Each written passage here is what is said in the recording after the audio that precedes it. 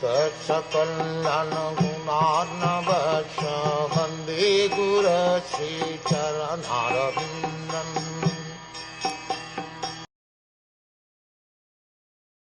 Sutta Goswami said Maharaj Parikṣit, the son of Uttara, after hearing the speeches of Shukdev Goswami, which were all about the truth of the self, applied his concentration faithfully upon Lord Krishna. The word satim is very significant. This means existing and chaste. And both imports are perfectly applicable in the case of Maharaj Parikṣit. The whole Vedic adventure is to draw one's attention entirely unto the lotus feet of Lord Krishna, without any diversion, as instructed in the Bhagavad Gita. Fortunately, Maharaj Parikṣit had already been attracted to the Lord from the very beginning of his body, in the womb of his mother.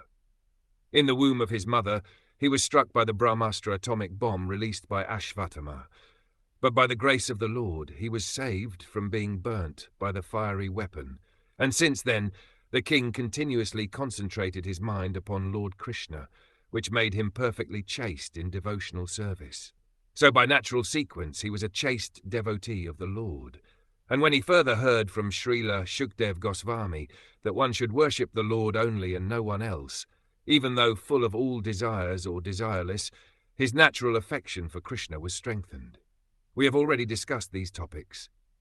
To become a pure devotee of Lord Krishna, two things are very much essential, namely having a chance to be born in the family of a devotee and having the blessings of a bona fide spiritual master. By the grace of Lord Krishna, Parikṣit Maharaj had both opportunities.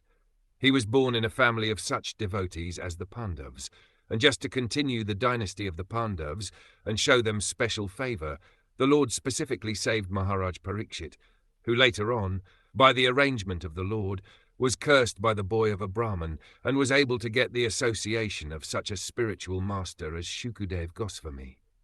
In the Caitanya Charitamrita, it is said that a fortunate person, by the mercy of the spiritual master and Lord Krishna, achieves the path of devotional service.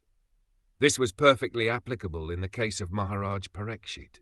By way of being born in a family of devotees, he automatically came in touch with Krishna, and after being so contacted, he constantly remembered him.